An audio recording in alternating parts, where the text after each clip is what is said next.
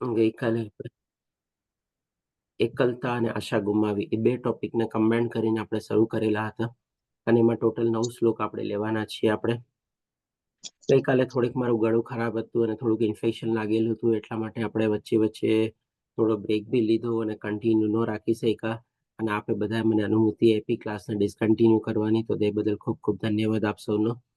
અને આજે પણ જોઈએ તો થોડો ઘણો તો ગઈકાલ કરતાં સુધારો છે જ, પણ આજે આપણે ભગવાન ઉપર ભરોસો રાખીને આપણે આગળ ચાલીએ કે ભાઈ આજે આપણે આ ટોપિક તો કમ્પ્લીટ કરવાનો જ છે આપણે. બાકી તો નહીં તો પછી કંઈક ને કંઈક આપણે તબિયત તો ચાલતી જ રહેવાની છે આપણે. અને આજે આપણે 9 શ્લોક જે કવર કરવાના છે એ આપણે છે ભગવાનને આપણે પ્રાર્થના કરવાની છે, આપણને હિંમત આપે, આપણને સહારો આપે અને બસ એ આશા રાખીને આપણે આગળ વધવાનું છે. અને ગઈકાલે આપણે આ 4 પ્રશ્ન લીધેલા હતા અને બધાને કીધેલું હતું કે આનો હા કે નામાં જવાબ આપણે બધાએ નોંધી રાખવાનો છે. અને જેમ જેમ આપણે ક્લાસમાં આગળ વધતા જશું આના જવાબ પણ આપણને મળતા રહેશે અને અંતમાં પણ આપણે આ બધાના જવાબ જોશું કે શું છે આપણાના હકીકતમાં જવાબ, અને એની સાથે સાથે આપણને કારણ પણ મળતા રહેશે. તો આશા રાખું છું કે બધા આના જવાબ નોંધી લીધેલા હશે. એના પછી સંદર્ભમાં આપણે આગળ વધતા જોઈએ તો સૌ પહેલો જે પ્રશ્ન હતો કે ભાઈ આપણે ખરેખર એકલા છીએ, તેના પ્રત્યે આપણે આગળ વધતા જોઈએ તો ભગવાન આપણને પોતે કહેશે કે ભાઈ ભગવાન આપણાથી ક્યારેય અલગ નથી થતા અને હંમેશા આપણી પાસે જ રહેશે અને આપણી સાથે દૂર પણ નથી અને આપણે ભગવાનની પાસે જ આપણી પાસે રહેલા છે. એટલે કે એના સંદર્ભમાં આપણા પહેલા પ્રશ્નનો જવાબ જો કહીએ તો આપણને ઘણી ખરી અંશે અહીંયા ક્લિયર થઈ જાય છે કે ભાઈ આપણે વાસ્તવમાં એકલા નથી આપણે. અને ભગવાન હવે કેવી રીતે આપણી સાથે રહેલા છે તો એ પણ ભગવાન આપણને બતાવે છે કે ભગવાન ન તો કોઈના પ્રત્યે દ્વેષભાવ રાખે છે, ન તો કોઈના પ્રત્યે પક્ષપાત કરે છે, પરંતુ બધા પ્રત્યે સંભાવ ધરાવે છે. આનો મતલબ શું કે ભાઈ આપણે જો ભગવાનને ભૂલી જઈએ, આપણે ભગવાનને યાદ ન કરીએ, આપણે ભગવાન સાથેનો આપણો સંબંધ ભૂલી ગયા હોઈએ અથવા તો ભગવાનમાં આપણને આસ્થા, વિશ્વાસ, શ્રદ્ધા ન હોઈએ અથવા તો એનાથી પણ ગઈ ગુજર્યું એટલે કે ભગવાનને આપણે નાસ્તિકપણા હોઈએ કે ભગવાન નામની કોઈ ચીજ નથી, તેમ છતાં પણ ભગવાન આપણો સાથ નથી છોડતા. ભગવાન આપણી સાથે જ રહેવાના છે અને એના માટે સંદર્ભમાં ભગવાન એ પણ કહે છે કે હું બધાના મિત્ર પણ છું. અને હવે આ ભગવાન આપણી સાથે કેટલા દૂર છે એના સંદર્ભમાં પણ ભગવાન બતાવે છે કે ભગવાન દૂર નથી, ભગવાન આપણી એકદમ નજીક છે. કેટલા નજીક છે તો એ પણ પછી ભગવાન આપણને બતાવે છે કે ભાઈ આપણા બધાના હૃદયમાં રહેલા છે. તો આ 4 શ્લોક દ્વારા એકદમ સરસ રીતે આપણે પ્રસ્થાપિત કરી શકીએ છીએ કે ભાઈ આપણે જીવનમાં આપણે ક્યારેય આપણે એકલા નથી. આપણી સાથે હંમેશા ભગવાન રહેલા જ છે. આપણે ભગવાન સાથે ગમે તેવું વર્તન કરીએ, ભગવાન આપણને છોડી નથી જવાના. આજે દીકરો ખરાબ વર્તન કરતો હોય મા બાપ સાથે તો ઘણીવાર મા બાપ કહે ને કે બેટા તને તારી વહુની સાથે મારી હારે ન ફાવતું હોય તો તું તારું અલગ ગોતી લે. ઘણીવાર દીકરો કહે કે ભાઈ મને તમારી સાથે નથી ફાવતું તો હું અલગ જાઉં છું તમારે. પણ આપણે ગમે તેટલો ખરાબ વર્તન કરીએ ભગવાન સાથે, પણ ભગવાન આપણને ક્યારેય છોડીને નથી જતા. એટલે કે ભાઈ આપણે જીવનમાં ક્યારેય વાસ્તવમાં એકલા છીએ જ નહીં આપણે. પણ આ જે એકલતા આપણને કેળવાય છે એ શેના સંદર્ભમાં થાય છે તો કે ભાઈ આપણે ભગવાનને ભૂલી જઈને આ ભૌતિક દુનિયામાં આપણે ફસાઈ જઈએ છીએ આપણે. હરે કૃષ્ણ માતાજી, દંડવત પ્રણામ, જય શ્રી માતાજી. તો હવે એ જે એકલતા જે આપણે કેળવીએ છીએ એ કેવા ટાઈપની એકલતા હોય છે તો એના સંદર્ભમાં આપણે 2 ચીજને સમજાતા કે ભાઈ એકલતા એટલે કે ઘણીવાર આપણે લોકોના સમૂહમાં હોઈએ છીએ તો પણ આપણને એકલા જેવું મહેસૂસ થાય છે. તો એ એકલતા ક્યારેક કેવી રીતે થાય છે કે લોકો આપણને ઇગ્નોર કરે છે, એવોઇડ કરે છે, આપણું ઘણીવાર અપમાન કરે છે, આપણને ત્યાગ ભાવનાથી જોવે છે અથવા તો આપણને બોલાવતા નથી, આપણને પૂછતા નથી, આપણને માન નથી આપતા. આવું બધું જ્યારે વાતાવરણ આપણી આજુબાજુમાં સર્જાય છે, હજારો માણસો ઊભા હોય આપણી સાથે, તેમ છતાં પણ આપણને પોતાની જાતને એકલતા જેવું લાગે છે. અને બીજી એકાંત અથવા એકલાપણું શું છે તો કે ભાઈ આપણે પોતે સ્વેચ્છાએ સ્વીકારેલું છે. આપણે આપણી પોતાના સ્વ સાથે રહેવા માંગતા હોઈએ છીએ કારણ કે આપણને આ બધું જ્ઞાન હોય છે. તમારે લોકો બીજામાં ક્યારે સહારો ગોતે જ્યારે પોતે ભગવાનથી જુદા પડેલા હોય. પણ જેને આ બધું જ્ઞાન હોય અને એને સમજાઈ જાય કે ના ભાઈ મારો સાચો સાથી, સાચો મિત્ર અને હંમેશા મારી સાથે રહેવા વાળો કોણ છે તો કે ભાઈ ભગવાન જ છે. બીજું કોઈ નથી મારી સાથે, બધા ટેમ્પરરી સ્વાર્થના મતલબના સંબંધો છે.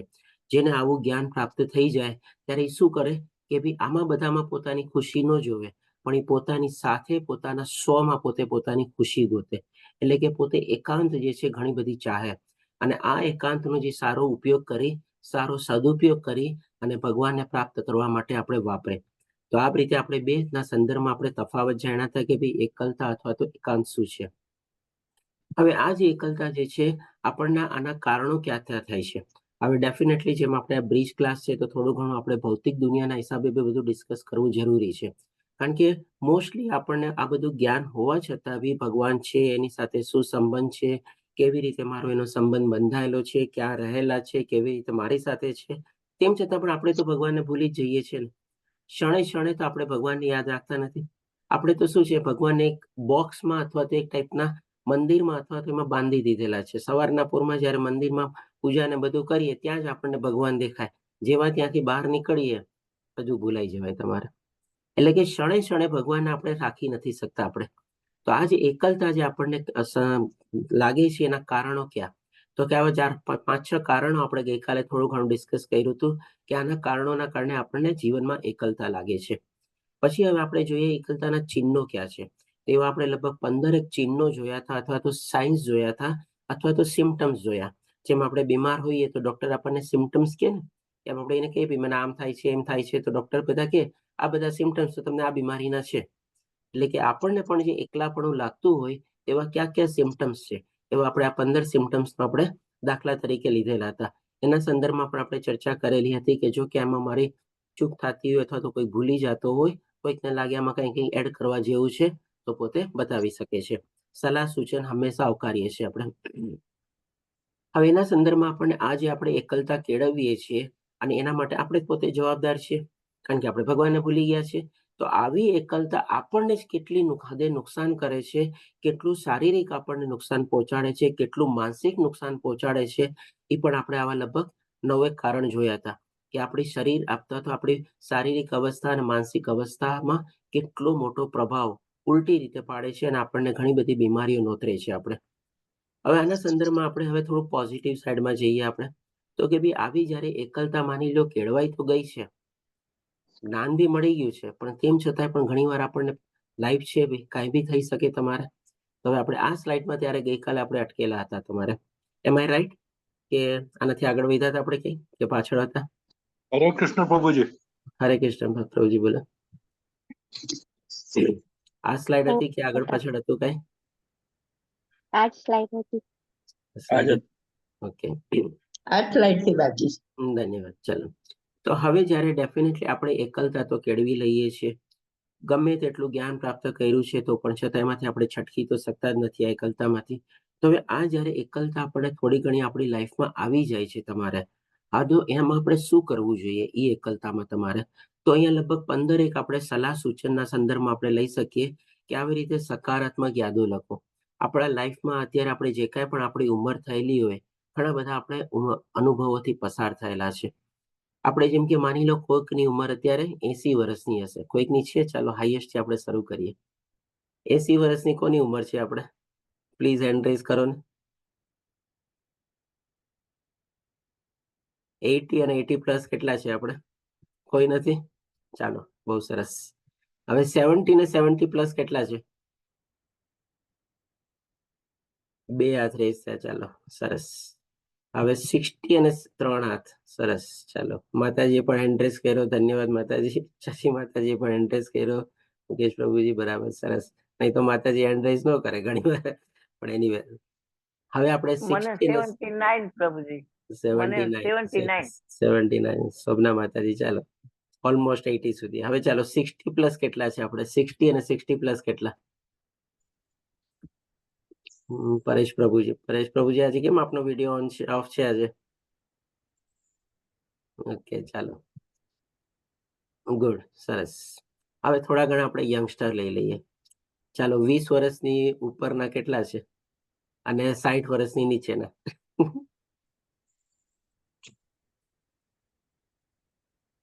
20 વર્ષની ઉપરના અને 60 વર્ષની નીચેના મેજોરિટી આવી જશે તમારે. ઓકે, સરસ. ઓકે, આઈ હોપ કે હવે 20 વર્ષની નીચેના કોઈ નહીં હશે આપણી સાથે. છે કોઈ 20 વર્ષની નીચેના? ઓકે, તો જો આના સંદર્ભમાં અહીંયા જ આપણે થોડી ઘણી જે એક્ટિવિટીઝ બધી લખેલી છે, આ છે ને આપણને બધાને એપ્લાય થશે. આજે જેમ કે કોઈ 60 વર્ષનું પણ હોય ને, પણ આપણે શું કહેવાય નોર્મલી, ઘણા લોકો તમે જોજો આપણે જ્યારે EQ PQ ને બધાનો ક્લાસ લીધેલો હતો ને, ત્યારે આપણે જેમ ભગવાન શ્રી કૃષ્ણ પણ કેવા નવયુવાન લાગતા, તમારે 16 વર્ષના જ લાગતા. તો આજે જે 60 વર્ષના હોય ને, એણે પણ એમ જ સમજવું જોઈએ કે ભાઈ પોતેની ઉંમર 16 વર્ષની છે અને એની સાથે એને આપણે કહીએ ને કે ભાઈ 44 વર્ષનો એક્સપિરિયન્સ છે. એટલે 16 + 44 કેટલા થઈ ગયા? 60 થઈ ગયા ને તમારે. આજે જેમ કે શોભના માતાજીની 79 વર્ષની ઉંમર છે, એમણે શું કહેવાનું કે મારી ઉંમર 16 વર્ષની છે, પણ સાથે મારે લગભગ 63 વર્ષનો મને અનુભવ છે તમારે. એટલે કે 63 + 16 થઈ ગયા ને 79. તો આવી રીતે આપણે પોતાની જાતને હંમેશા યંગ ફીલ સમજી શકીએ છીએ. અને એ પણ એક આપણે બહુ જરૂરી છે કે ભાઈ આપણી લાઈફમાં ઘણીવાર આપણને છે ને ઉંમરની સાથે આપણે એકલતાને જોડી દીધેલી હોય છે. ઘણીવાર આપણા માઇન્ડમાંથી જો કોમન ડાયલોગ નીકળી જાય, હવે આ ઉંમરે શું કરવું? આ ઉંમરે એકલા જ છીએ ને હવે બસ. હવે એકલા ક્યાં જાવું? એકલા કેવી રીતે કરવું? એકલા કેમ કરવું? આ બધા કોમન ડાયલોગ આપણા મનમાંથી નીકળી જાય છે તમારે જોવા જાવ ને. તો હવે તમે એકલા ક્યાં છે? શું કામે ત્યારે પણ આપણે પોતાની જાતને એકલા સમજીએ છીએ? કારણ કે આ જે ક્ષણે છે ને આપણને આ જ્ઞાન હોવું જોઈએ કે આપણે ક્યારેય એકલા નથી. ભગવાન હંમેશા આપણી સાથે રહેલા છે. તો શું કામે ગમે તેટલી આપણી ઉંમર હોય, 60 વર્ષ હોય, 70 વર્ષ હોય, 80 વર્ષ હોય, આપણે શું કામ કહીએ છીએ કે ભાઈ હવે તમારી એ એકલા ઉંમર આવી ગઈ તમારે, એકલા ક્યાં કરીએ, એકલા કેવી રીતે કરીએ? આ બધું તમારે આવી બધી મેન્ટાલિટી આપણે કેળવવી જ ન જોઈએ તમારે. ભગવાન આપણી સાથે હંમેશા રહેવાના છે અને ભગવાન આપણી સાથે બુઢા નથી થતા. ભગવાન તો એના ઈ જ રહે છે. તો પછી આપણે પણ ભગવાનની સાથે 16 વર્ષના કેમ ન બનીને રહીએ? ભગવાન જો પોતે 16 વર્ષના રહે છે તમારે, તો આપણે પણ એવી અંતર્ભાવના કેમ ન લાવી શકીએ કે હું પણ મારા સાથે ભગવાન સાથે ભગવાને શું કીધું? હું બધાનો મિત્ર છું. તો હવે મિત્ર તો નોર્મલી કોને ગમે? જ્યારે સમાન વયમાં હોય ત્યારે ને. આજે તમે કયો બે મિત્ર હોય તમારે ઓલમોસ્ટ ઇક્વલ ઉંમરના હોય ને. આજે ભગવાન શ્રી કૃષ્ણ અને અર્જુન પણ મોરલેસ ઇક્વલ ઉંમરના જ હતા ને. તો મિત્રતા બધાને ઈ જ ગમે કે ભાઈ પોતે સમાન વયના હોય તમારે, કે જેથી સાથે બધું શેરિંગ કરી શકે, બધું ડિસ્કસ કરી શકે. તો જો ભગવાન હંમેશા 16 વર્ષના જ રહેતા હોઈએ, તો આપણે પણ પોતાની જાતને શું કામે 16 વર્ષના હંમેશા નથી માનતા? બાકીની જેટલી ઉંમર છે સમજી લો ને એ બધી અનુભવ છે આપણા. જેમ આપણે એક્ઝામ્પલ લીધું ને 79 ઉંમર એટલે કે ભાઈ 16 વર્ષ અને 63 વર્ષનો અનુભવ મારે. આના સંદર્ભમાં આપણે જોઈએ કે ભાઈ આજે અલગ અલગ 15 ચીજો જે અહીંયા વર્ણવવામાં આવેલી છે. આપણા લાઈફમાં આવા ઘણા બધા મોટા અનુભવ થયેલા હશે. ઘણી બધી ઉંમર આપણી અનુભવના રિલેટેડ હશે. 16 વર્ષની ઉંમર બાદ દઈ દેવાની, બાકી બધું આપણે અનુભવ ગણવાનો. આવા ઘણા બધા આવા સકારાત્મક પ્રસંગો આપણી સાથે બનેલા હશે.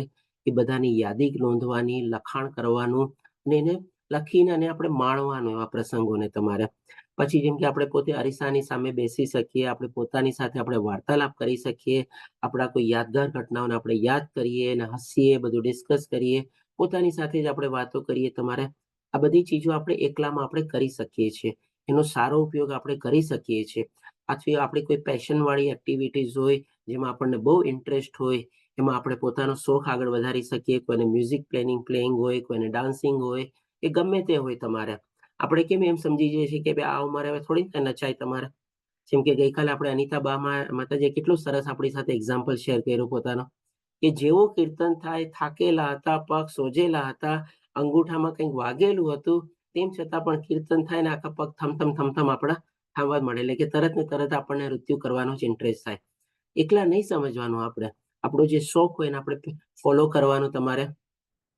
પછી એવી બધી વસ્તુઓને આપણે લખો કે જેની આપણે ક્યારેય જીવનમાં કલ્પના પણ ન કરી હોય.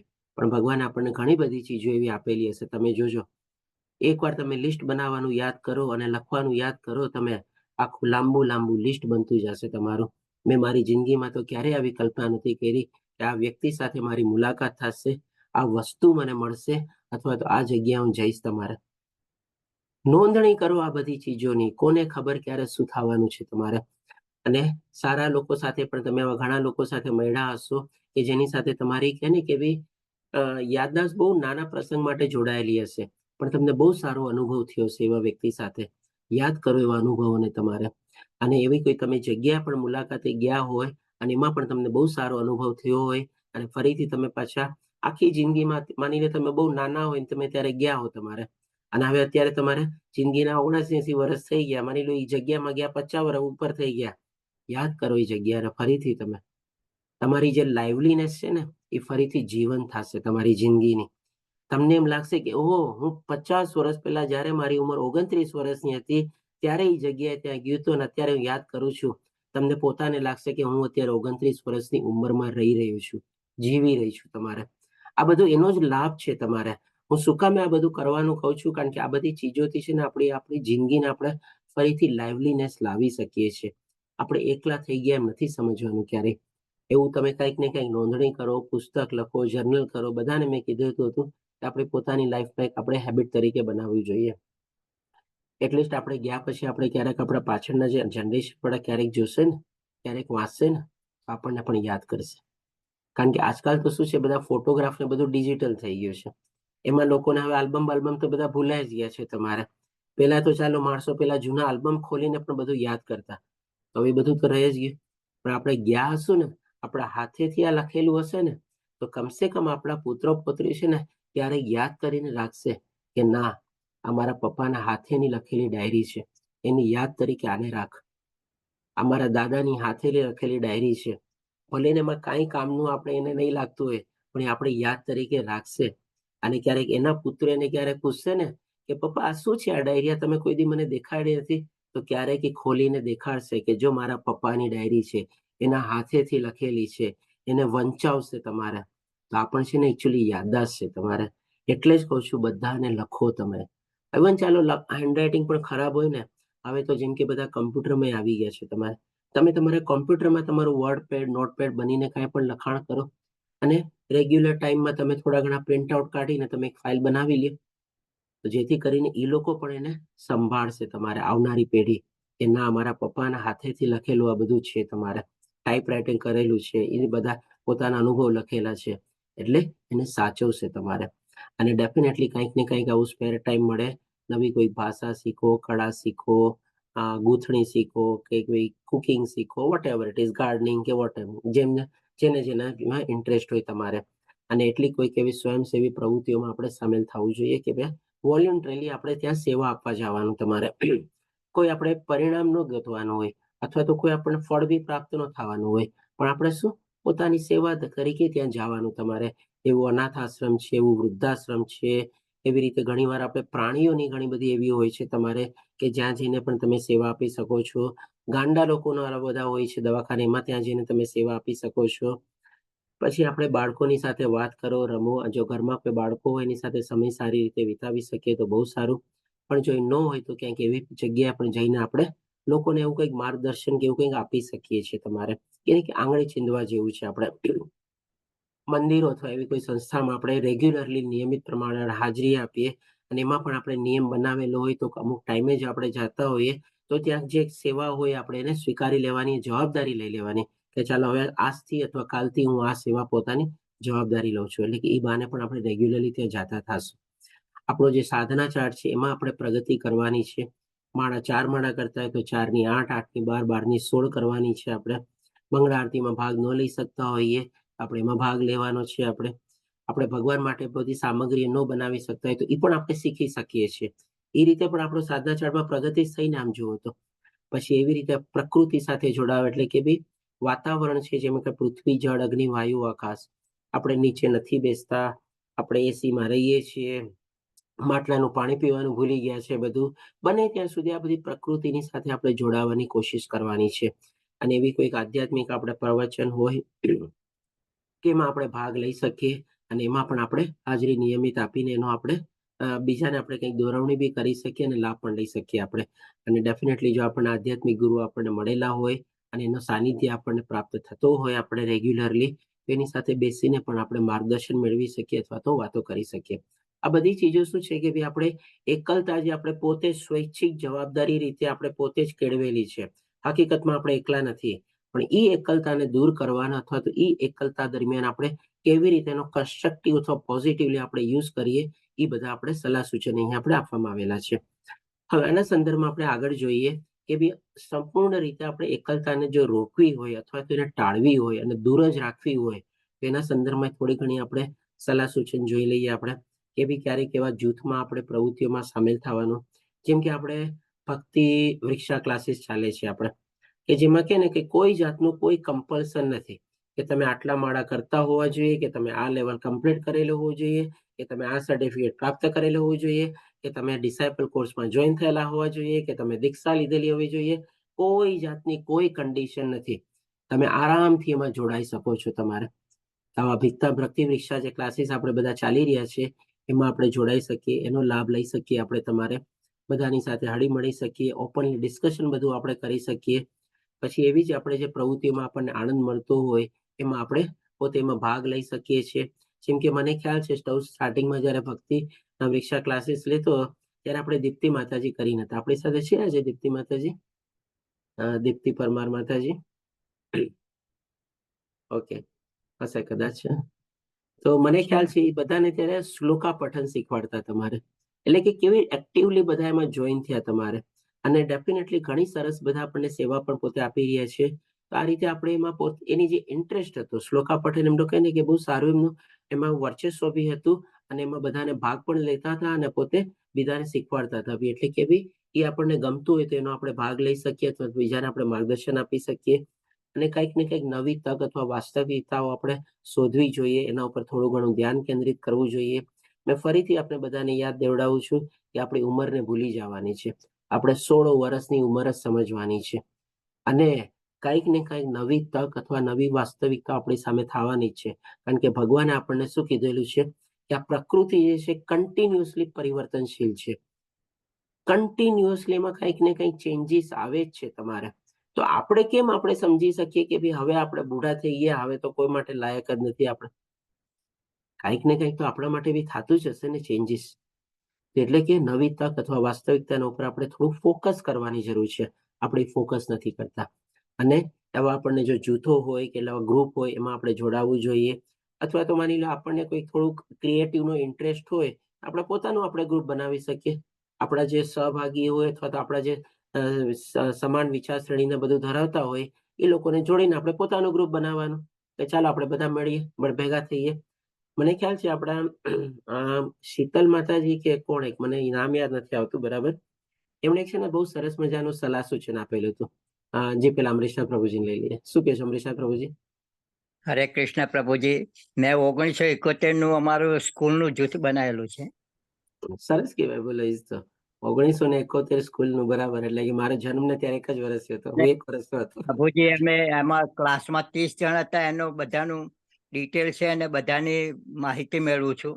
વત્તા અમે ભેગા થવાના હતા પણ શું છે કોરોના આવી ગયો ને પછી ના થવાયું. હરે કાંઈ નહીં, થઈ જશે. પાછું ટ્રાય કરો, થઈ જશે. બહુ સરસ કહેવાય. જો આ બધી ચીજ આજે 68 વર્ષની ઉંમર છે અમરીશના પ્રભુજીની. બોલો, 68 વર્ષની ઉંમરમાં એમણે 1971 એટલે કે લગભગ અત્યારે ઓલમોસ્ટ 54 વર્ષ જેવા થઈ ગયા, 53 થી 54 વર્ષ. એટલે કે જ્યારે એમની ઉંમર 15 વર્ષની હશે ને ત્યારનું એને ગ્રુપ બનાવવાની કોશિશ કરી. If I am not mistaken, my calculation જો ખોટું ન હોય તો તમારે. તો હવે દેટ મીન્સ કે જો 68 વર્ષની અત્યારે ઉંમર છે અને એમણે વિચાર્યું ક્યારનું, તો કે જ્યારે પોતે 15 વર્ષની ઉંમરના હતા ને ત્યારનું. કેટલો પરિવર્તન આવ્યું હશે તમે વિચારશો. જ્યારે આ ક્રિયા કરી હશે ને ત્યારે બધું નોંધણી કરી હશે, બધાને યાદ કર્યા હશે. ઓલા મિત્ર સાથે હું અહીંયા જતો, આ મિત્ર સાથે અહીંયા બેસતો, આ મિત્ર સાથે હું આ ખાતો, ઓલા મિત્ર સાથે હું અહીંયા ઉજાણી કરતો. કોકનું નામ ભૂલાઈ ગયું હશે તો નામ યાદ કરવાની કોશિશ કરી હશે. તમે શું સમજો છો, આ કઈ ઓછી મહેનતનું કામ છે? કેટલી મહેનત કરી હશે એમણે તમારે. If I am not mistaken. શું કહો છો અમરીશા પ્રભુજી? પ્રભુજી, ફોટો ગ્રુપ સાથેનું છે અમારું અને બધાની માહિતી મળે છે. એના અત્યારે તો એમના જેમ મારે બે દીકરા છે મોટા, 40-35 વર્ષના, એ રીતે બધાની માહિતી મારી જોડે રાખું છું. હરે કૃષ્ણ પ્રભુ. હરે કૃષ્ણ. ખૂબ સરસ. ચાલો, તો ડેફિનેટલી આવી રીતે કંઈક નું કંઈક આપણે પોતે બનાવી શકીએ છીએ. જી સ્વભક્તિ માતાજી, શું કહેશો? હરે કૃષ્ણ પ્રભુજી, મારા મેરેજ થઈ ગયા પછી હું 35 વર્ષે ગઈ, જ્યાં મારો બર્થ થયો તો ત્યાં 4 મહિના પહેલા જ ગઈ. તો ત્યાં ગઈ એટલે મને મારા એ વખતના જે ભણતા હતા ને એ બધા મિત્રો મળ્યા અને ઓલરેડી એ લોકોનો આખો ગ્રુપ છે એમાં હું અત્યારે એડ થઈ ગઈ છું 4 મહિના પહેલા જ. 35 વર્ષે મને બધા મળ્યા અને એની ખુશી છે એનું વર્ણન શબ્દોમાં થઈ શકે એમ જ નથી. હરે કૃષ્ણ હરે પ્રભુજી. કૃષ્ણ. ધન્યવાદ માતાજી શેરિંગ બદલ. શું કહેશો? પ્રભુજી, બીજું મારું કોલેજનું ગ્રુપ છે 78 નું. હરે કૃષ્ણ. હરે કૃષ્ણ. સરસ સરસ. જો આવું બધું શેરિંગ કરીએ તો ઘણી વાર મારું કામ બહુ ઈઝી થઈ જાય તમારે. હું યાદ કરતો હતો ને એ જ કે આ શીતલ માતાજી, લગભગ if I am not mistaken, કદાચ શીતલ માતાજી શું છે આપણે ગ્રુપમાં જ એક પ્રસ્તાવ મૂક્યો હતો કે જેટલા લોકોની દીક્ષા થઈ ગઈ છે ને એનું એક અલગ ગ્રુપ બનવું જોઈએ તમારે. એ પણ એક સારો સુઝાવ છે તમારે, આપણે જોઈ શકીએ તો તમારે. પણ હજી કેટલું અમલમાં મુકાણું કે એની બધું નહીં, જસ્ટ ખાલી આઈડિયા ક્લિક થઈ એક જાતનું. આવું તમે કોઈ પણ આવી રીતે જૂથ બનાવવા માટે તમે આવી રીતે આઈડિયા ક્લિક ફોરવર્ડ કરી શકો છો. અમલમાં થાય ન થાય વાત અલગ છે. પછી જે અમૃતસર પ્રભુજી આપણે હરે કૃષ્ણ પ્રભુજી. આ વખતે યાત્રામાં પ્રભુજીએ લીધું હતું કે 40 જણની દીક્ષા થઈ છે, એનું બનાવવાનું જ છે. હરે કૃષ્ણ. સરસ. ઓલરેડી એક સેક્ટર ને એનો ઇનિશિયેશન વાળો ગ્રુપ છે જ, જેમાં પોતાની કેટલી માળા થઈ બધા પોસ્ટ કરતા જ હોય છે. હા, એ તો છે જ ને. એટલે શીતલ માતાજીનો ત્યારે શું પ્રસ્તાવ હતો કે ઓલરેડી કમ્પ્લીટેડ દીક્ષા છે ને, એનું જ એક અલગ ગ્રુપ હોવું જોઈએ. કરશું પછી ક્યારેક એવું થશે ત્યારે. તો પછી ડેફિનેટલી આપણે આપણા હાલના સંબંધો એવા કોઈ હોય જેને આપણે સારા જ છે, બરાબર છે, પણ આપણે ઓર મજબૂત બનાવવાની કોશિશ કરવાની આપણે. કારણ કે ઘણીવાર એમાંથી જ આપણને સારો એવો લાભ મળતો રહેતો હોય છે તમારે. અને જેના ઉપર આપણને વિશ્વાસ હોય એની સાથે આપણે વાતો કરવી જોઈએ. આના સંદર્ભમાં હું તમને કહીશ કે ભાઈ આપણામાંથી લગભગ એવા 5-6 માતાજી છે જેને ઘણીવાર મને કોલ કરીને અને રિપીટેડ કોલ આવે છે અને ઘણું બધું શેર કરેલું છે તમારે.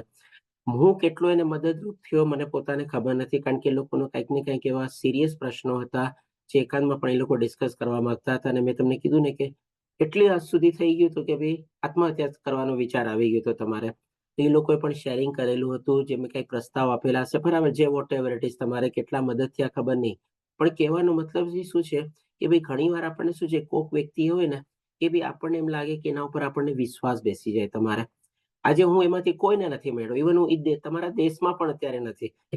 એમાં પણ કોઈની સાથે જેની સાથે વાત થઈ બધા ભારત દેશમાં હતા તમારે, એક કદાચ કોઈ બીજે બહારથી હતા તમારે, તો પણ હું કોઈની સાથે મળ્યો નથી. પણ એટલી નાના સમયમાં 2 થી 3 વાર વાતથી મેં એટલી બધી પોતે પોતાની શેરિંગ કરેલું હતું કે કદાચ હોઈ શકે એની આખી જિંદગીમાં 40-50-55 વર્ષની જે કાંઈ પણ ઉંમર હશે એમાં ઘણા ઓછા લોકોની સાથે શેરિંગ કરેલું હશે તમારે. તો ડેફિનેટલી આપણને જેના ઉપર વિશ્વાસ જાગી જાય એની સાથે બધું આપણે વાતચીત કરી શકીએ, આપણા પ્રશ્નોનો ઉકેલ લાવી શકીએ, કંઈક ને કંઈક માર્ગદર્શન મેળવી શકીએ. અને સૌથી વધારે ઇમ્પોર્ટન્ટ તો એ જ છે કે ભાઈ આપણે પોતાની સાથે જો આપણે કૃષ્ણને રાખીએ, એની અનુભૂતિ આપણે હંમેશા મહેસૂસ કરીએ, તો પછી આપણને આવી એકલતા મળવાની જ નથી. અને એના સંદર્ભમાં જે આપણા બધા શાસ્ત્રો છે, એટલી જ ભગવદ્ ગીતા, ભાગવતમ, એ બધું શું છે, એને જો આપણે વાંચીએ ને તો આપણે ભગવાનની સાથે આપણો વાર્તાલાપ છે. ભગવાન આપણને પ્રત્યક્ષ રૂપમાં નથી દેખાતા, આપણા હૃદયમાં રહેલા છે. ભગવાને કીધેલું છે આપણે આપણા અંતરચક્ષુથી એને જોવાના છે, આત્મ સાક્ષાત્કાર કરવાનો છે. એ તો જ્યારે થશે ત્યારે થશે. પણ જો ભગવાનના પ્રત્યક્ષ રૂપે આપણે જો વાર્તાલાપ કરવું હોય ને, ભગવાનની સાથે વાત કરવું હોય ને, ખાલી ભગવદ્ ગીતા હાથમાં લઈને બેસી જશો ને તોય આપણને લાગશે કે ના, મારા ભગવાન સાથે મારો વાર્તાલાપ ચાલી રહ્યો છે. ભાગવતમ લઈને બેસી જશો ને હાથમાં તો પણ લાગશે. વાંચશો તો ઓર એવી અનુભૂતિ થશે. તો ડેફિનેટલી પ્રત્યેક ક્ષણે આપણને જો રાખવું જોઈએ હંમેશા. ઘણા લોકો તો શું છે, ભગવદ્ ગીતાને હવે મોબાઈલમાં બી રાખી કે છે, એનું કે ને કે હોમ સ્ક્રીન અથવા તો ફ્રન્ટ સ્ક્રીન હોય એમાં ભગવદ્ ગીતાનો ફોટો હોય છે. જી સ્વભક્તિ માતાજી, શું કહો છો? હરે કૃષ્ણ પ્રભુજી. આ વાર્તાલાપ માટે 4:30 થી 5:30 રીડિંગ ગ્રુપ ચાલે છે, એટલે જેને આવવું હોય એને મોસ્ટ વેલકમ. હરે કૃષ્ણ. જી હા, બરાબર. જી આશિતા માતાજી, શું કહો છો? હરે કૃષ્ણ પ્રભુજી. જેવી રીતે તમે કીધું ને ભગવદ્ ગીતા, શ્રીમદ ભાગવતમ, તો મને છે ને પ્રભુજી 2 વર્ષ પહેલા આવી રીતે મેં શરૂ કર્યું હતું રામચરિતમાનસ વાંચવાનું, જ્યારે હું ઇસ્કોનના સંપર્કમાં નહોતી આવી, એટલે ઓનલાઈન ના ઇસ્કોન. તો બસ એટલું ધીરે ધીરે થોડું થોડું રોજ વાંચતી હતી, પણ પછી મને એટલું બધું એમાં મજા આવી, જેમ કે રામ ભગવાનનું ચરિત્ર છે, એવી રીતે આપણે શ્રીમદ ભાગવતમાં ભગવાન કૃષ્ણને માની છે. ને હવે એવી આદત પડી ગઈ છે કે એમાં એટલી મજા આવે છે. અને એમાં મને ભાગવતમમાં ખાલી એટલું જ કહે છે કે રામચરિતમાનસમાં દોહા ઓછા છે અને શ્રીમદ ભાગવતમમાં વધારે છે, પણ એકમાં પણ એક્સપિરિયન્સ તો સરખો જ હોય છે. પણ જસ્ટ એડ કરવું તો પ્રભુજી મારા. હરે કૃષ્ણ. ધન્યવાદ માતાજી શેરિંગ બદલ. ઓકે, તો ચાલો હવે આપણે આગળ વધીએ. અત્યાર સુધી આપણે એકલતાના સંદર્ભમાં જોઈએ. તો આના સંદર્ભમાં આપણે 2 ચીજ, આપણા પ્રશ્નોના જવાબ મળી ગયા છે બધાને કે ભાઈ આપણે હકીકતમાં એકલા નથી આપણે. અને આ એકલતા સારી છે તો કે હા ભાઈ સારી છે, જો આપણે આપણા સ્વની સાથે જોડાવાની કોશિશ કરીએ તો. અને એની સાથે આપણે સદુપયોગ કરીએ, કંઈક નવા વિચારો કરીએ, કંઈક નવી ક્રિએટિવિટી લાવીએ, અથવા તો કંઈક નવું આવિષ્કાર જેવું કંઈક કરીએ તમારે, તો ડેફિનેટલી આ એકલતા આપણા માટે બહુ જ સારી છે. તો જ આપણને અંતસ્ફૂર્ણા થાય છે, આપણી અંતરાત્મા આપણને પુકારે છે, આપણા અંદરથી જે બધા આપણને જે કે ને કે વિચારો ઉત્પન્ન થાય છે એ આપણને એકાંતમાં થાય છે. તમારે તમે જો જ્યારે આપણે બધાની સાથે હોઈએ છીએ ને ત્યારે ઘણીવાર આપણને આવા વિચારો નથી આવતા. ઇવન કોકનો સાયન્ટિસ્ટનું તો એવું કહેવું છે કે જ્યારે હું બાથરૂમમાં આવું ને ત્યારે જ મને આ બધા નવા નવા વિચારો આવે છે. તમારે બોલો, એટલે કે કહેવાનો તાત્પર્ય એ જ છે કે ભાઈ જ્યારે આપણે એકલા હોઈએ ને આપણી સાથે સ્વની સાથે જોડાઈએ ને ત્યારે જ આપણે એનો સદુપયોગ કરી શકીએ છીએ. અધરવાઇઝ આપણે કહેવાતા સંબંધો, કહેવાતા બધા વ્યવહારો, કહેવાતા સ્થળો, કહેવાતા દુનિયા, કહેવાતી ચીજો, એમાં આપણી ક્રિએટિવિટી નથી થતી. તમારે હવે આપણે આગળ વધીએ કે ભાઈ આશા ગુમાવી. તો આના સંદર્ભમાં અહીંયા સૌથી પહેલા આપણે જોઈએ કે ચોથા અધ્યાયનો 11મો શ્લોક છે. એમાં ભગવાન આપણને સૌથી પહેલા કહે છે કે જે લોકો જેવી રીતે મારો આશરો લે છે તે રીતે જો એને ફળ આપું છું. એટલે કે ભગવાનના સંદર્ભમાં આપણે કેવી રીતે ભગવાનને માનીએ છીએ, કેવી રીતે શરણાગતિ લઈએ છીએ, કેવું ભગવાનમાં આસ્થા, વિશ્વાસ અને શ્રદ્ધા છે, એવા જ પ્રમાણમાં આપણને પણ વળતું ફળ મળે છે. અને આમાં આપણે થોડુંક આગળ વધ્યા પહેલા આપણે થોડુંક એક પ્રશ્ન લઈ લઈએ, થોડુંક મનોમંથન કરવું બહુ જરૂરી છે. આપણે જે આશા ગુમાવવાનો જે ટોપિક જે છે તમારે એમાં આશા વર્ડ છે. આપણે હવે કોણ મને કહેશે કે ભાઈ આશા અને ઈચ્છા એ બે વચ્ચે શું ફરક છે? What is the difference between આશા એટલે કે હોપ અને ઈચ્છા એટલે કે ડિઝાયર? શું કહેશો મુકેશ પ્રભુજી? હરે કૃષ્ણ પ્રભુજી. ઈચ્છા, ડિઝાયર એટલે શું છે કે તમે કોઈ બી વસ્તુની જેની ઈચ્છા કરો છો, then you set a goal and try to achieve it, that is ઈચ્છા. અને આશા જે છે એ બેઝિકલી કે તમે ઘણી વસ્તુઓ નહીં કરી શકો છો, like for all good things, કે ભાઈ આ મારી જિંદગીમાં આવું થવું જોઈએ, આ પ્રમાણેની ઘટના ઘટવી જોઈએ. ધેન ઇટ ઇઝ અ રે ઓફ હોપ કે it helps you in creating positivity if you develop this આશા જે કહો છો તે. ઓકે, ધન્યવાદ પ્રભુજી. બીજા કોઈનો કોઈ જવાબ છે? આશિતા માતાજી બોલો. પ્રભુજી, એવું લાગે છે કે ઈચ્છા જનરલી આપણે આપણા પોતાના માટે કરતા હોઈએ છીએ અને કે કંઈક એચીવ માટે મળે એવી રીતે, પણ આશામાં એવું હોય છે કે આપણે બીજાના સારા હોવાની પણ આશા રાખીએ છીએ કે બીજાનું આવું, એટલે એ વધારે મોટો વર્ડ છે ઈચ્છા કરતા, એવું લાગે. હરે કૃષ્ણ.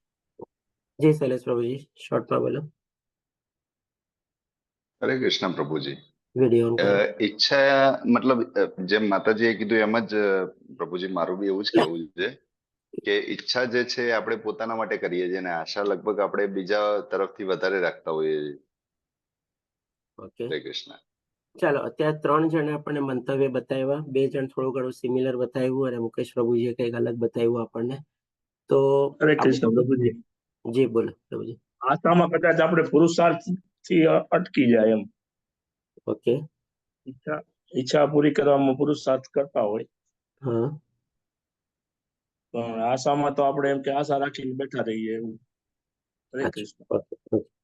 એનીવે, જો થોડા ઘણા તમે બધા છે ને આજુબાજુના જવાબ મળી રહ્યા છે, અને આપણે કડી બનાવી અને સંદર્ભ સરસ રીતે ક્લિયર કરશું. જેમ કે મુકેશ પ્રભુજીનો અણસાર શેના ઉપર હતો કે ભાઈ આશા means more of a desire અથવા તો ડ્રીમ. તમારે કે ભાઈ ક્યારેક આપણને લાગે પૂરું થશે કે નહીં થાય ખબર નહીં, અને ઈચ્છા મીન્સ કે આપણા મનમાં જે ઈચ્છા કેળવી લે એના માટે આપણે પ્રયત્ન કરીને એને પ્રાપ્ત કરવાની આપણે કોશિશ કરીએ.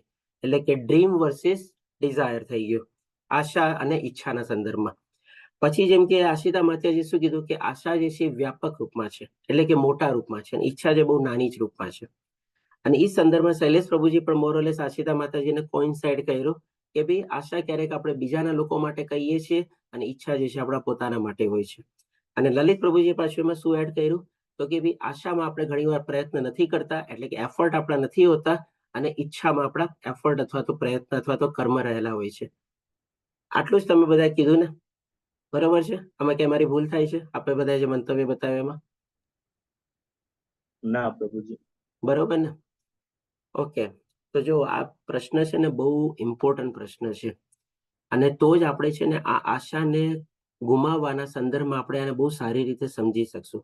આપણે આશા અને ઈચ્છાને જો સારી રીતે તફાવત નહીં જાણીએ તો આ પછી ચીજ આપણે સમજવી પણ બહુ મુશ્કેલ થઈ જશે તમારે. તો જો ઘણી બધી ચીજો આપણે આમાં આપણે ક્લિયર કરી છે, ઘણા બધા આપણે તફાવતો જોયેલા છે આપણે. તેવી જ રીતે આ એક આપણે બહુ થીન લાઈન ડિફરન્સ વાળો છે તફાવત કે ભઈ આશા અને ઈચ્છા. તો હવે જે આ બધા કીધું ને આપણે સમરાઈઝ કરીને લઈએ. સૌથી પહેલા તો આશા છે ને સ્થૂળ છે તમારે અને ઈચ્છા છે ને સૂક્ષ્મ છે. આશા હું તમને ડિફરન્સ કહું છું બધા. આશા જે છે એ વ્યાપક રૂપમાં છે અને ઈચ્છા જે છે એ વ્યક્તિગત રૂપમાં છે તમારે. અને હવે જો આપણે એક શોર્ટ લાઈન એક લાઇનરમાં ડિફરન્સ જોવો હોય તમારે તો કે ભઈ ઓલ આશા આર ઈચ્છા બટ ઓલ ઈચ્છા આર નોટ આશા. અને આમાં આ જે કડી જે છે આમાં જે લલિત પ્રભુજીનો જે સંદર્ભ જે છે કે ભઈ આશા માટે આપણે મહેનત કરીએ છીએ નથી કરતા અને ઈચ્છા માટે આપણે મહેનત કરીએ છીએ પણ આવી જાય છે તમારે. અને જે પ્રમાણે શૈલેષ પ્રભુજીએ પણ થોડું ઘણું એડ કરીને કીધું અને મુકેશ પ્રભુજીએ કીધું એ પણ આપણે આ 3 જે ડિફરન્સ જોઈએ ને એમાં આવી જાય છે. અને આશાના સંદર્ભમાં જો તમને એક આપણે થોડુંક ઓડ માઇન્યુટલી અને ડિટેલમાં આપણે જાણવું હોય અને સમજવું હોય ને તો એક હિન્દી પિક્ચરનું એક ગીત છે તમારે. એ ગીત તમે સાંભળજો. તમે કહેશો કે પ્રભુજી આ બધું ક્યાં ક્યાં હિન્દી પિક્ચરનું આ ને તેને બધું લઈ આવે છે, આની પહેલા કંઈ કીધું હતું ને તમારે. પણ જો ઘણી વાર છે ને બહુ માઇન્યુટ ચીજો આમાંથી શીખવાની હોય છે. બધી ચીજો ખરાબ નથી હોતી બધામાં તમારે. એ રોજા પિક્ચરનું છે ને ગીત છે તમારે, દિલ હે છોટા સા છોટી સી આશા. આ ગીત તમે સાંભળજો એકવાર. તમને છે ને આશા શબ્દનો છે ને આખો મિનિંગ સમજાઈ જશે તમારે. અને પછી જે તમે ઈચ્છાની સંદર્ભમાં ક્યાં કરજો. કારણ કે જો આશા છે ને કહેવાય છે આપણે, હવે હજી એક તમને બીજો ડિફરન્સ બતાવું. આશા વર્ડ છે ને તમારે દિવ્ય વર્ડ છે અને ઈચ્છા વર્ડ છે ને ભૌતિક વર્ડ છે. કારણ કે શું કામે તમે કહેશો? કારણ કે આશાની સાથે આપણે શું જોડીએ છીએ તો કે ભાઈ આશા અમર છે અને ઈચ્છાની સાથે કોઈ દી આપણે અમર શબ્દ વાપરીએ છીએ? ઈચ્છા હંમેશા ક્ષણિક ભરની હોય છે તમારે. પૂરી થઈ ઠીક છે, નો પૂરી થઈ તોય કાંઈ વાંધો નહીં, પણ આશા હંમેશા અમર હોય છે એટલા માટે દિવ્ય છે તમારે. તો આ બધા 4-5 ડિફરન્સીસ છે તમારે. અને દિવ્ય મીન્સ કે ભગવાન સાથે જોડાયેલી છે આશા. હવે તમને જે બાકીના જે 2 પ્રશ્નો હતા ને કે ભાઈ આશા રાખવી સારી છે અને આશા ગુમાવી સારી છે, હવે 2 પ્રશ્નોના તમને જવાબ મળતા જશે આસ્તે આસ્તે. તમે જો આ બધા તમે ડિફરન્સીસ તમે સમજશો ને ત્યારે તમારે. અને મેઇન ડિફરન્સ એ છે કે ભાઈ આશા દિવ્યના રૂપમાં આપણે કનેક્ટ કરવાની છે, ભગવાનની સાથે જોડાયેલી છે અને ઈચ્છા આપણી વ્યક્તિગત મનમાંથી નીકળે છે. તમે ક્યારેક કોઈ સાંભળ્યું છે કે ભાઈ એના મનમાંથી આશા નીકળી? આવું તમે કોઈ દી ક્યાંય સાંભળ્યું છે? તમે હંમેશા શું સાંભળ્યું છે? એના મનની ઈચ્છા નીકળી, એના મનમાં આવી ઈચ્છા હતી તમારે.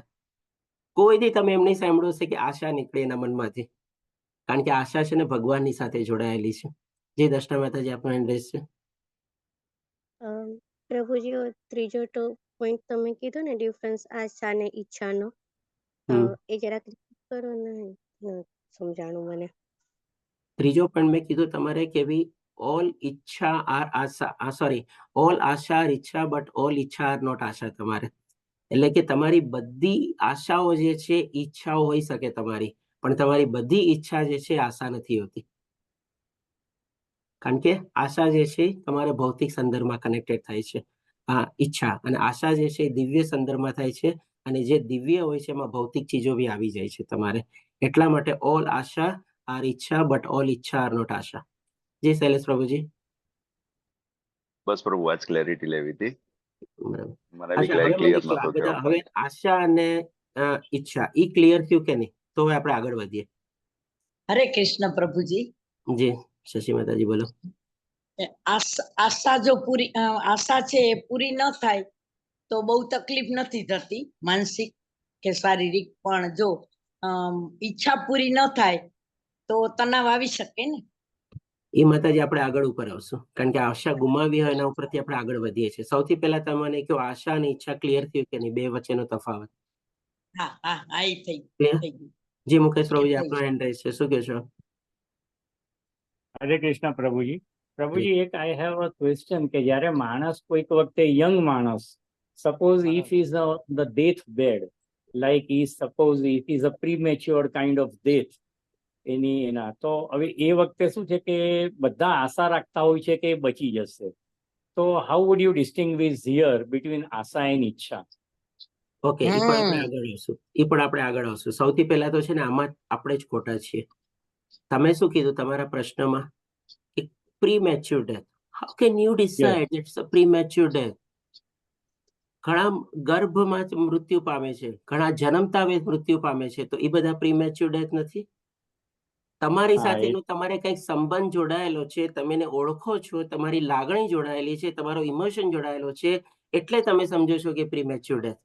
પ્રીમેચ્યોર ડેથ ડિસાઇડ કરવા વાળા આપણે કોણ? ભગવાન છે ડિસાઇડ કરવા વાળા. What is premature and what is post mature. Correct. બસ ત્યાં જ આપણે ખોટા છીએ. ઓકે. બસ ઓકે. જો થોડો ઘણો ક્યારેક ક્યારેક હાર્શ થાવ છું તો એના માટે પ્લીઝ માફી ચાહું છું, પણ મારે ક્લિયર કરવા માટે છે ને કેવું પડે તમારે, તો પ્લીઝ મને માફ કરજો. તો જો આના પ્રભુજી સંદર્ભમાં ઓન ધ સ્પોટ નીકળે છે તમારા વાણીમાં.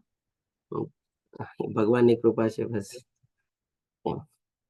ઓકે, તો હવે આપણે જો આગળ વધીએ તો ડેફિનેટલી જો આપણને ભગવાન ફળ આપે છે. હવે આ ફળ જે છે ને, હવે જ્યારે આપણે ઈચ્છા અને આશા બે વચ્ચેનો તફાવત સમજી ગયા છે ને, તો હવે આપણે આગળ વધીએ. આપણે શું છે, મનમાં ઈચ્છા કરીએ છીએ. મનમાં ઈચ્છા કરીને પછી આપણે એને પ્રાપ્ત કરવા માટે આપણે પ્રયાસ કરીએ છીએ, અને એ પ્રયાસ કરવામાં આપણને ફળ મળે છે. અને એ ફળ મળે તો ક્યારેક આપણી ઈચ્છા પ્રમાણે હોય છે, ક્યારેક ઈચ્છા પ્રમાણે નથી હોતું. ક્યારેક ઈચ્છા પ્રમાણે મોડું હોય છે, ક્યારેક વહેલું હોય છે, ક્યારેક ઈચ્છાથી વધારે હોય છે, ક્યારેક ઈચ્છાથી ઓછું હોય છે. તો આ બધી રીતે આપણે ફળની કમ્પેરિઝન કરીએ છીએ તમારે. પણ હવે જ્યારે આપણે માની લો કોઈ કાર્યમાં આપણે આગળ વધતા હોઈએ એ ઈચ્છા કેળવીને, અને આપણને જ્યારે એમાં સફળતા નથી પ્રાપ્ત થતી, વારે ઘડીએ નિષ્ફળતા પ્રાપ્ત થાય છે, ત્યારે છે ને આપણે હવે આશા ગુમાવીએ છીએ. તમારે આશા પછીના સ્ટેજમાં આવે છે. પહેલા આપણે હંમેશા ઈચ્છાને પ્રાપ્ત કરવા માટે, ફળની પ્રાપ્તિ કરવા માટે પ્રયત્ન કરીએ છીએ, નિષ્ફળ જઈએ છીએ, ઊભા થઈએ છીએ, નવું શીખીએ છીએ, પાછા આગળ વધીએ છીએ, પાછા પડીએ છીએ, પાછું આગળ વધીએ છીએ. કદાચ ત્રીજી, ચોથી, 5મી વારમાં આપણને સફળતા મળી જતી હોય, પણ જ્યારે માની લો 3, 4, 5, કહું છું કે ચાલો 10 વાર આપણે ઊભા થયા ને કર્યા, આપણને નિષ્ફળતા મળી ગઈ, ત્યારે પછી આપણે હેઠા બેસી જઈએ છીએ. અને ત્યારે આપણે શું કહીએ છીએ? હવે મેં આશા ગુમાવી દીધી છે, હવે હું હારી ગયો છું, હવે મારાથી આગળ નહીં વધાય, હવે મારાથી હવે કોઈ પ્રયત્ન નહીં થાય તમારે. ત્યારે આપણે જઈને આશાને બોલીએ છીએ. તો હવે આ જે આશા આપણે ત્યારે જે યાદ કરીએ છીએ ને, એ નથિંગ બટ આપણા પોતાના ઉપરનો આપણને વિશ્વાસ ખોવો છે તમારે.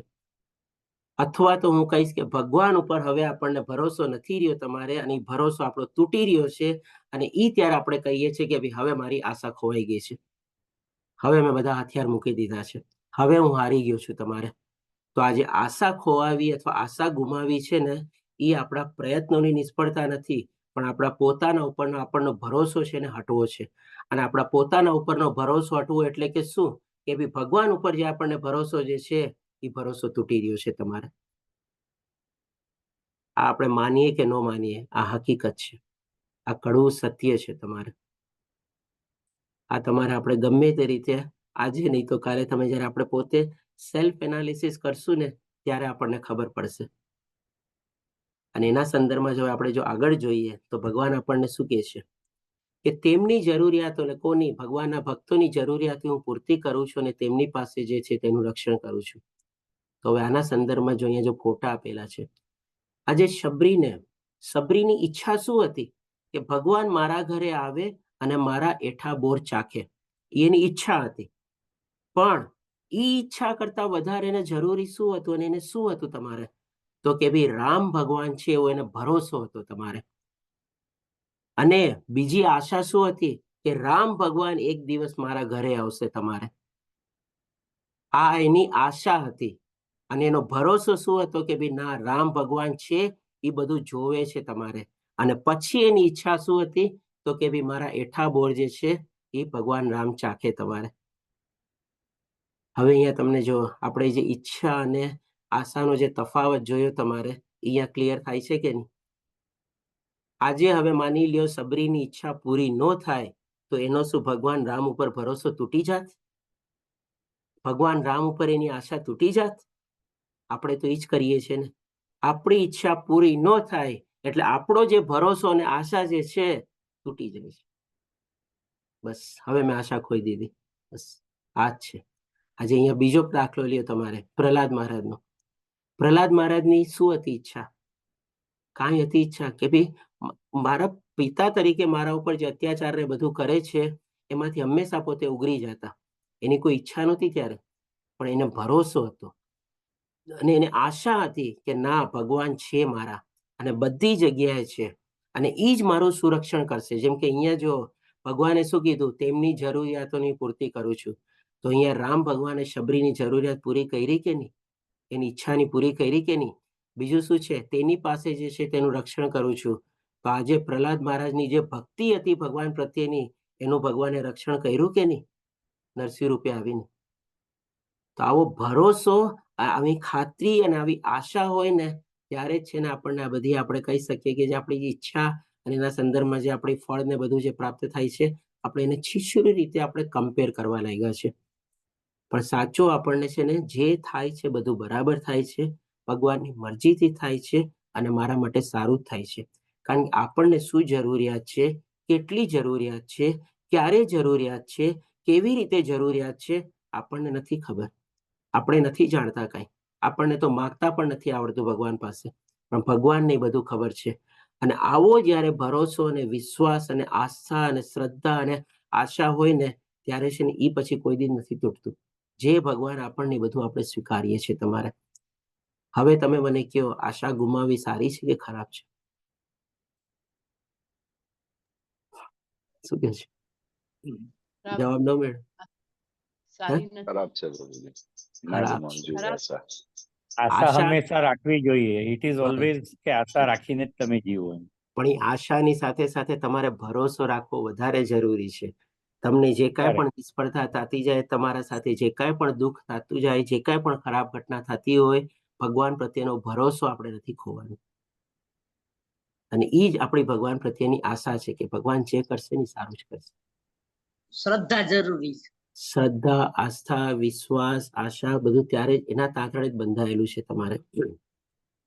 તો આ રીતે આપણે સમજી શક્યા કે ભાઈ આશા અને ઈચ્છાના સંદર્ભમાં આપણે કે ભાઈ આશા જે છે આપણે ક્યારેય ગુમાવી ન જોઈએ. એ દિવ્ય છે અને ભગવાન ઉપર રાખવાની છે અને ભગવાનની સાથે સંકળાયેલી છે આશા. હવે આના સંદર્ભમાં થોડુંક આપણે આગળ જોઈએ કે સૌથી પહેલા તો આપણે જે આશા જે ગુમાવીએ છીએ એના આપણે જેમ કે આપણે ડેફિનેટલી પ્રેક્ટિકલ એસ્પેક્ટ બી તો જોવો જ પડશે. તો આપણે જે આવા 15 કારણો છે કે જેના દ્વારા આપણે આપણી આશા જે છે ને ગુમાવીએ છીએ તમારે. હવે એમાં શું છે, જેમ કે બહુ મુશ્કેલ લાગે છે, બહુ ડિફિકલ્ટ છે, નહીં થાય મારાથી, મૂકી દો. દેટ મીન્સ કે આપણને પોતાના ઉપર ભરોસો નથી, બહુ જોખમી છે, બહુ રિસ્કી છે, ઓહો આટલું મોટું રિસ્ક ન લેવાય લાઈફમાં, ઓહો બહુ મોટું છે તો બહુ ઘણો સમય લાગશે, એટલો સમય ક્યાં છે. કૌટુંબિક સમસ્યા, મારા કુટુંબમાં આજ સુધી કોઈ કર્યું નથી, મને કુટુંબમાંથી પરમિશન મળશે કે નહીં મળે. આ બધા આપણે કહીએ ને કે એક્સક્યુઝિસ છે. આપણે જેનાથી આપણે કહીએ ને કે ભાઈ આશા ગુમાવી દઈએ છીએ તમારે, હું તેને લાયક નથી અને તે મારા નિયમ સિદ્ધાંત અને સ્વભાવની વિરુદ્ધ છે, હું તે પરવડી શકતો નથી, કોઈ મને મદદ કરશે નહીં તમારે, મેં તે ક્યારેય કર્યું નથી, પહેલી વાર મારથી ન થાય, હું તો બહુ નબળો છું, હું બહુ એવું સ્માર્ટ નથી, મારામાં એવી બુદ્ધિ નથી, હું તો બહુ બુઢો છું અથવા તો બહુ યુવાન છું, મારી પાસે એવી એનર્જી નથી, બહુ બિઝી છું, ટાઈમ જ નથી મળતો, અથવા તો કર્યું હતું પણ હવે અટકી ગયો, મને ડર લાગી ગયો. આવા બધા જે આપણે એક્સક્યુઝ કહીએ છીએ. આના સિવાય તમે મને કહો બહારના કોઈ આપણને એક્સક્યુઝ મળે છે કે જેનાથી આપણે કહીએ છીએ કે ના ભાઈ હવે મેં આશા ગુમાવી દીધેલી છે. પણ આ બધા જે એક્સક્યુઝ જે આપણે કહીએ ને, આ બધામાં છે ને આપણો પોતાના ઉપરનો ભરોસો છે ને તૂટ્યો છે. અને પોતાના ઉપરનો ભરોસો તૂટવો એટલે કે ભગવાન ઉપરનો ભરોસો આપણો તૂટેલો છે તમારે. હવે તમે આ બધા વાક્યોમાં છે ને તમે એડ કરતા જાઓ. તે મુશ્કેલ છે કારણ કે મને મારા ઉપર ભરોસો નથી, કારણ કે એ સહેલું લાગતું નથી. તે જોખમી છે કારણ કે મને મારા ઉપર ભરોસો નથી કે ભાઈ આટલું સહેલું બી અથવા હોઈ શકે, આટલું સરસ રીતમાં રિટર્ન મળી શકે. તે ખૂબ મોટું છે કારણ કે મને મારા ઉપર ભરોસો નથી કે એટલું લાંબુ હું કરી શકીશ. તમારે બધામાં તમે આ વાક્ય છે ને છેલ્લે એડ કરતા જાજો તો તમને બધામાં લાગશે કે આ બધાનું કારણ શું છે, તો કે ભાઈ મેં મારા પોતાના ઉપર જે વિશ્વાસ છે ખોઈ બેઠેલો છે. અને પોતાના ઉપર વિશ્વાસ ખોઈ બેઠવો એટલે કે ભાઈ આપણી આત્મા ઉપર આપણે વિશ્વાસ ખોઈ દીધેલો છે. અને આપણી આત્મા ઉપર વિશ્વાસ ખોવાનો મતલબ શું, તો કે ભાઈ આપણે ભગવાન ઉપર ભરોસો છોડી દીધેલો છે. આ બધા કારણોની પાછળ તમે જો આ બધા એક્સક્યુઝ જે કહીએ છીએ ને, સો કોલ્ડ એક્સક્યુઝિસ, તમારે આ બધાના છેડા ક્યાં મળશે, તો કે ભાઈ મારા પોતાના ઉપર મને હવે વિશ્વાસ નથી રહ્યો. આપણે બધા બીજાને દોષ આપીએ છીએ, બ્લેમ અને એક્સક્યુઝ ગેમ રમીએ છીએ, પણ અલ્ટિમેટલી આપણે પોતે પોતાના ઉપર જ વિશ્વાસ કોઈ બેઠેલો હોય છે. અને એ જ એટલા જ માટે આપણે એને બીજું નામ આપી દઈએ છીએ, મેં તો આશા ગુમાવી દીધી. હવે પણ હવે આના સંદર્ભમાં જો સોલ્યુશનના રૂપમાં ભગવાન શું કહે છે આપણને કે તું નક્કી મને પ્રાપ્ત કરીશ. 9મા અધ્યાયના 34મા શ્લોકમાં. જો કેવી રીતે કે છે, આપણે બધી ચીજ ઉપર ફોકસ નથી કરતા. આપણે જે મેઇન ટોપિક છે આપણો, એના સંદર્ભમાં ભગવદ્ ગીતામાંથી ભગવાન આપણને જે બતાવે છે ને, એ આપણે રસ્તો એમાંથી ગોતવાની કોશિશ કરીએ છીએ અને એની સાથે કનેક્ટ કરવાની આપણે કોશિશ કરીએ છીએ.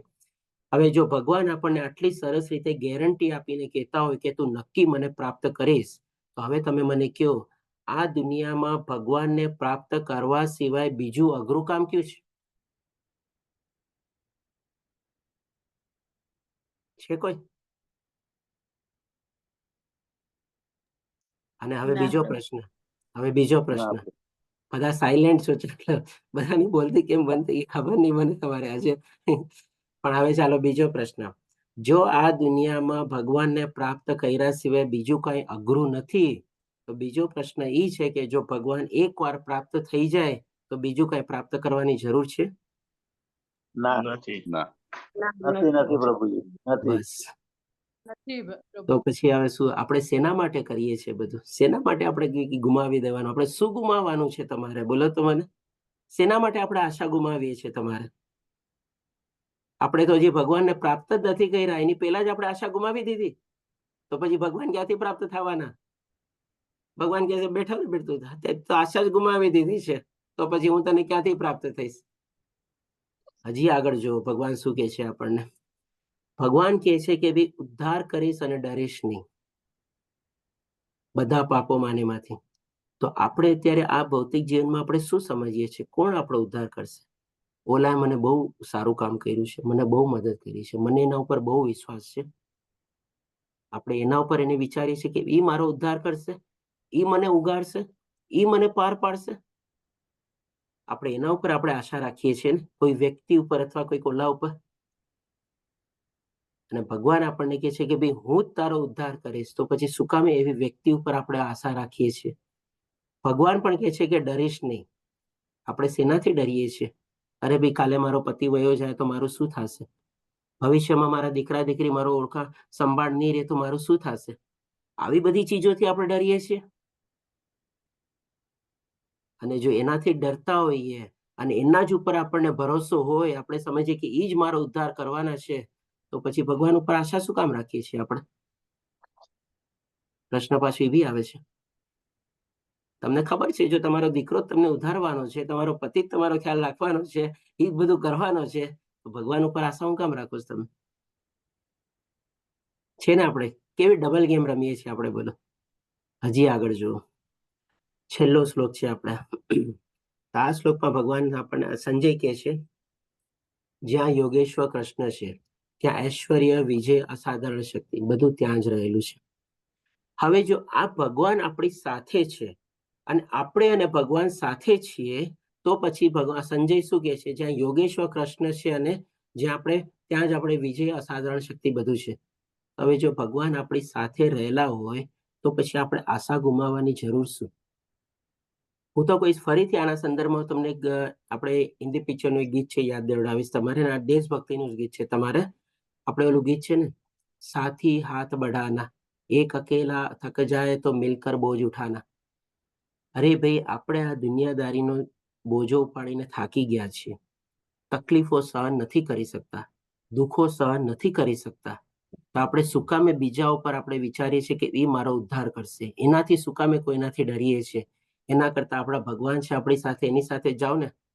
ભગવાન તો કે જ છે ને, હું તારી સાથે જ છું. આપણે આપણો જે બોજો છે ભગવાનને આપો ને, ભગવાન મને મદદ કરો ને મારો બોજો ઉપાડવામાં. ભગવાન મારી આ તકલીફ આવી છે, હવે હું આને સહન નથી કરી શકતો, હું તમારા શરણે છું, મને આમાંથી કોઈક ઉપાય બતાવો ને.